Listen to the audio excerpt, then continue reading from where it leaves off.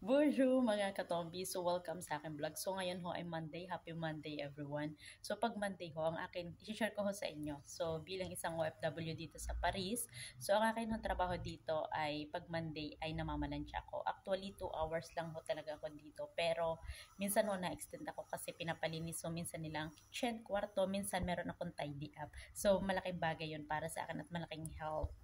So ipapakita ko sa inyo ang akin hong paplansyahin within 2 hours.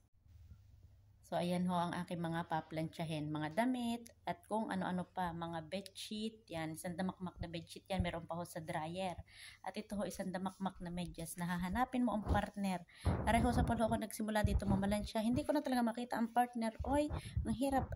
Ang hirap maghanap ng partner. Pero ginagawa ko by color ho talaga para easy. Yun ho ang technique. Pero, syempre, 2 hours nga lang tayo. Kaya kailangan natin ng mabilis dito ang kilos. Ano? So, ang plancha pala dito, mga katombi, ay nilalagyan ho dito ng tubig.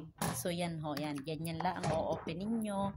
And then, lalagyan nyo ho ng tubig. Bubuhusan nyo ho. Gayon lang ho kadali. Ipapasok nyo din ha. Ipapasok. Ibubuhos nyo sa butas na iyan. Baka naman kamay nyo ang isuot nyo utas ang kalamnan.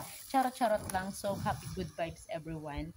And, of course, gusto nyo malaman kung magkano ang rate ko dito sa aking amo. Ito ho ay 15 per hour. So, I am so blessed kasi sabi ko sa kanya ay pwede bang 15 per hour kasi 2 hours lang naman ako a week. So, yung pumayag naman siya.